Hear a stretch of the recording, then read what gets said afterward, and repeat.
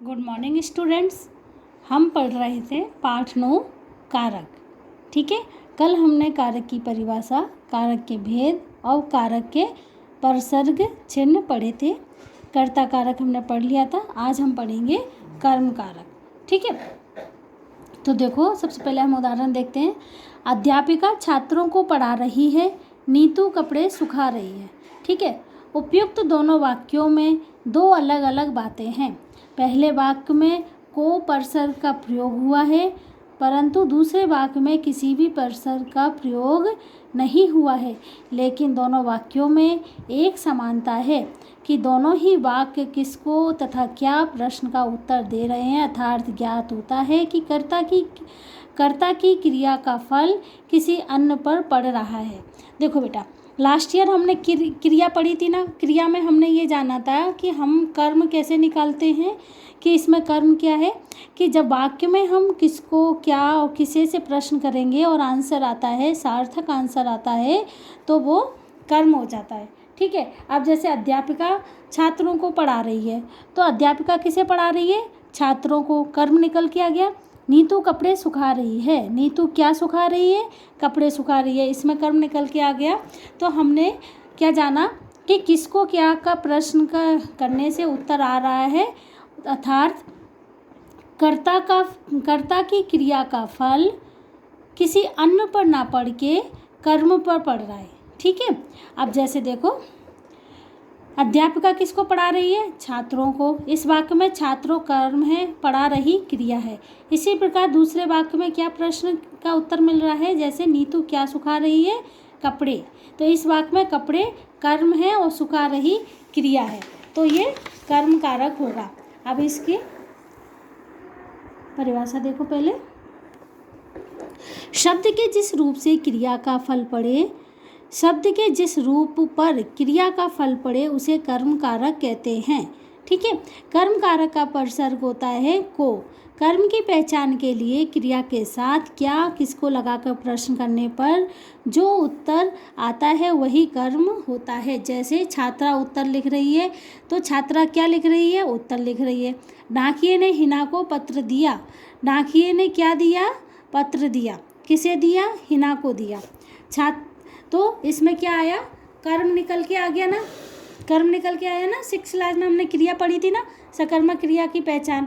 उसी तरह से यहाँ पे हम कर्म को लगा हुआ है। वैसे तो वेरी सिंपल होता है कि को लगाए, परसर्ग अगर को लगा है तो हमें परसर्ग चिन्ह याद है, विभक्ति चिन्ह याद है। कर्ता ने कर्म को, तो कर्म को लगा हुआ है तो वो है कर्म कारक हो गया।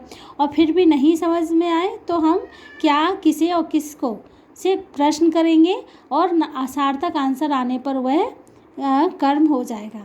ठीक है, अब देखो करण कारक। करण का परसर्ग चिन्ह होता है से के द्वारा। ठीक है, अब देखो, माँ करछी से दाल डाल रही है, अध्यापिका ने कलम के द्वारा हस्ताक्षर किए। उपयुक्त वाक्यों में प्रत्येक क्रिया किसी न किसी साधन से हो रही है। जैसे दाल डालने की क्रिया करछी से तथा हस्ताक्षर करने की क्रिया कलम से। अतः इन वाक्यों में करछी तथा कलम करण कारक हैं। इन सब के साथ से तथा के द्वारा परसर्गों का प्रयोग किया गया है। इस प्रकार कर्ता जिस साधन या माध्यम से कार्य करता है उस साधन या माध्यम को करण कारक कहते हैं। देखो, करण कारक का विभक्ति चिन्ह होता है से के द्वारा। ठीक है, अब यहाँ पर क्या होता है कि हम कोई काम करने के लिए हम किसी चीज़ का प्रयोग करें, किसी साधन का प्रयोग करें। जैसे मैंने कहा, बालक गेंद से खेल रहा है, तो बालक किससे खेल रहा है? गेंद से खेल रहा है। ठीक है, साधन यूज हुआ से, विभक्ति चिन्ह लगाए से। तो वहाँ पर जैसे बालक बैट से खेल रहा है, बालक हॉकी से खेल रहा है। ठीक है, तो यहाँ पे से परसर्ग यूज हो रहा है, तो से इसका है करण कारक का विभक्ति चिन्ह है से के द्वारा। जहाँ पर कोई साधन यूज होता है वो करण कारक होता है। जैसे राम ने रावण को धनुष बाण से मारा, तो राम ने रावण को किससे मारा? धनुष बाण से मारा। ठीक है, तो वहाँ साधन क्या यूज हुआ? धनुष बाण।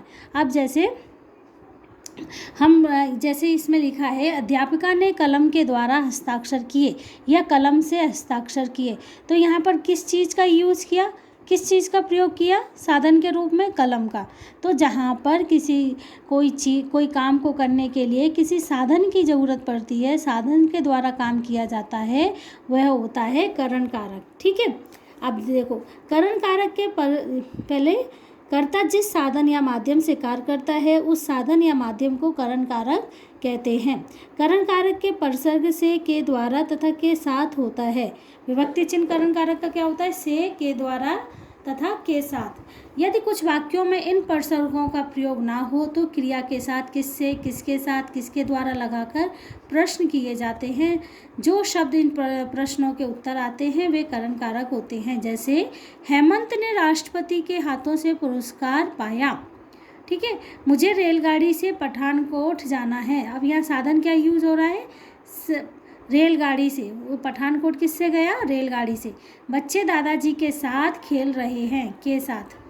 हेमंत, ठीक है, तो इसका वर्ग आज हमने पढ़ा कर्म कारक और करण कारक। तो आपको इसको कर्म कारक की परिभाषा और उदाहरण लिखना है और करण कारक की परिभाषा और उदाहरण लिखना है। वर्क मैं सेंड कर दूंगी। ठीक है बेटा, गुड डे बेटा।